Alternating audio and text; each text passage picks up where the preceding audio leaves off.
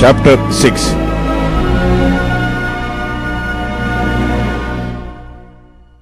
On that night could not the king sleep, and he commanded to bring the book of records of the chronicles, and they were read before the king.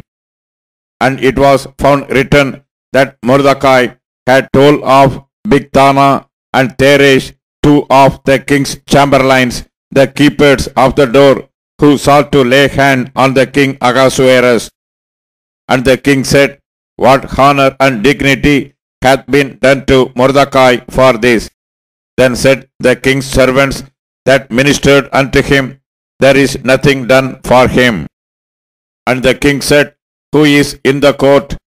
Now Haman was come into the outward court of the king's house to speak unto the king to hang Mordecai on the gallows that he had prepared for him.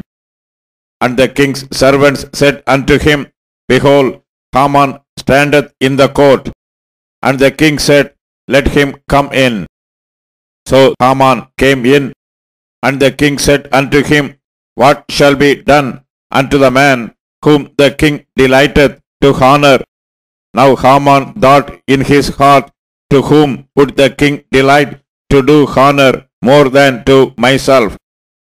And Haman answered the king, For the man whom the king delighteth to honor, let the royal apparel be brought which the king useth to wear, and the horse that the king rideth upon, and the crown royal which is set upon his head.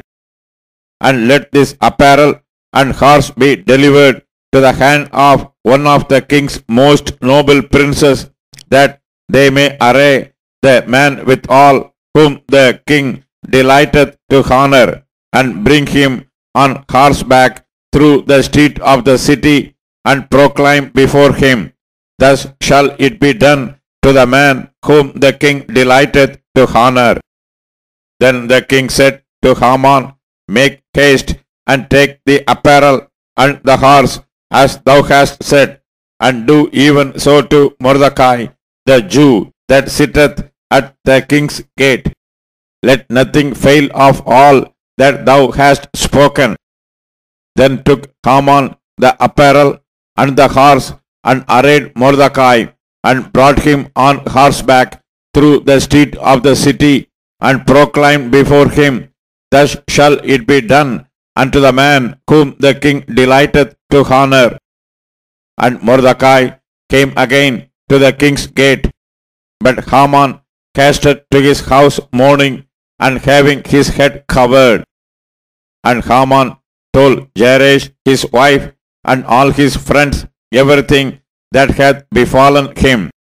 Then said his wise men and Zeresh his wife unto him, If Mordecai be of the seed of the Jews, before whom thou hast begun to fall, thou shalt not prevail against him, but shalt surely fall before him.